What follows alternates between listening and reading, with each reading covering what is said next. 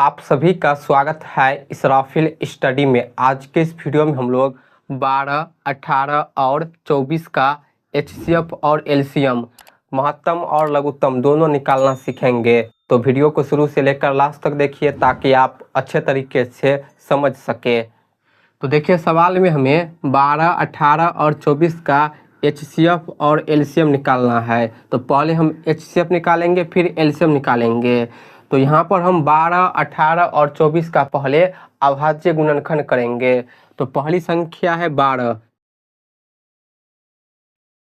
इसका हम अभाज्य गुणनखंड करेंगे। तो इस प्रकार हम लाइन खींचेंगे,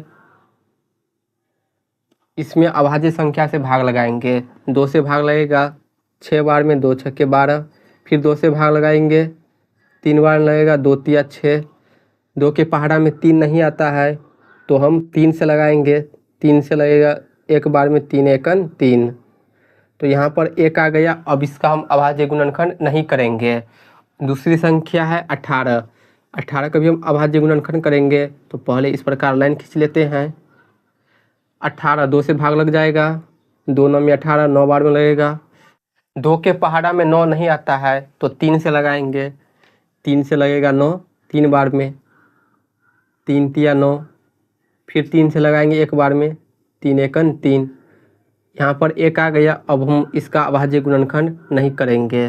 तीसरी संख्या है 24, इसका भी अभाज्य गुणनखंड करेंगे। तो इस प्रकार लाइन खींचेंगे, 2 से लग जाएगा, कितनी बार लगेगा, 2 एकन 2, 2 दूनी 4, 12 बार में, 12 दूना 24, फिर 2 से लगाएंगे, 2 छक्के 12, फिर 2 से लगाएंगे, 2 तिया 6, 2 के पहाड़ा में 3 नहीं आता है तो हम 3 से लगाएंगे, 3 एकन 3। तो यहाँ पर 1 आ गया। अब इसका अभाज्य गुणनखंड नहीं करेंगे। तो यहाँ पर हमने अभाज्य गुणनखंड कर दिया। अब इसे हम गुणा के रूप में लिखेंगे। तो पहली संख्या 12 है तो इसका हम अभाज्य गुणनखंड लिखेंगे कि क्या क्या आया है। 12 के इस तरफ संख्या 2, 2 और 3 है तो इसे लिखेंगे 2 इंटू 2 इंटू 3। इसी प्रकार 18 का अभाज्य गुणनखंड प्राप्त हुआ है। 2 1 बार है, 3 2 बार है, 2 इंटू 3 इंटू 3। इसी प्रकार 24 का अभाज्य गुणनखंड प्राप्त हुआ है। 2 3 बार है, 3 बार लिखेंगे, 2 गुने 2 गुने 2, 3 1 बार है तो लिखेंगे 1 बार। इस प्रकार हम लिख लेंगे। अब एचसीएफ निकालना सीखेंगे। एचसीएफ महत्तम निकालना सीखेंगे। तो यहाँ पर देखिए संख्या 12, 18 और 24 है। तो हम देखेंगे कि इस तीनों गुणनखंड में कॉमन क्या मिल रहा है। तो यहाँ पर देखिए 2 12 में भी है, 13 में भी है, 24 में भी है। तो यहाँ पर हम इस प्रकार घेरा लगा लेते हैं। यहाँ पर देखिए 12 में भी 3 है, 18 में भी 3 है और 24 में भी 3 मिल रहा है। यानी इस तीनों में 3 भी जो है कॉमन मिल रहा है। तो हमने घेरा लगा दिया। तो इस तीनों में हमें पहले 2 कॉमन मिला है तो 2 को 1 बार लिखेंगे, फिर इंटू लगाकर इस तीनों में 3 कॉमन मिल रहा है तो 3 को भी 1 बार लिखेंगे। कॉमन को हम 1 बार लिखते हैं। तीनों में से 2 कॉमन आया तो 1 2 को लिख दिया। इसी प्रकार तीनों में से 3 कॉमन आया है तो 1 बार 3 को लिखेंगे। अब इसे गुना कर देंगे तो ये होगा 2 तिया 6। तो 6 जो आया है ये है 12, 18 और 24 का एचसीएफ महत्तम।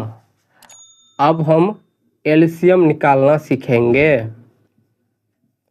तो एलसीएम बराबर, एलसीएम कैसे निकालेंगे। तो सबसे पहले ध्यान दीजिए, जो तीनों में कॉमन आया है उसे पहले लिखेंगे। तो तीनों में कॉमन आया है 2 और 3 तो इसे लिख लेंगे गुना लगाकर।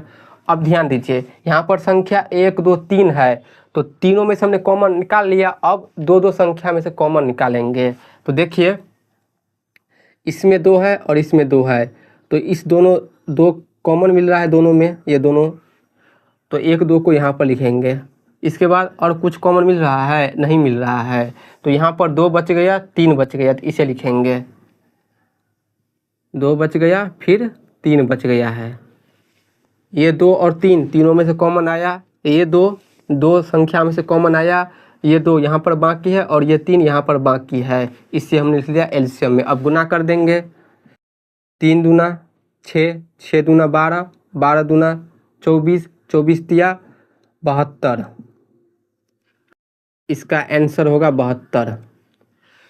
12, 18 और 24 का एलसीएम 72 होगा। HCF 6 होगा। तो इस प्रकार हम HCF और LCM निकालेंगे बेहतरीन तरीका से। आज के लिए इतना ही। वीडियो को लाइक कर चैनल को सब्सक्राइब जरूर कर लीजिए। Thank you.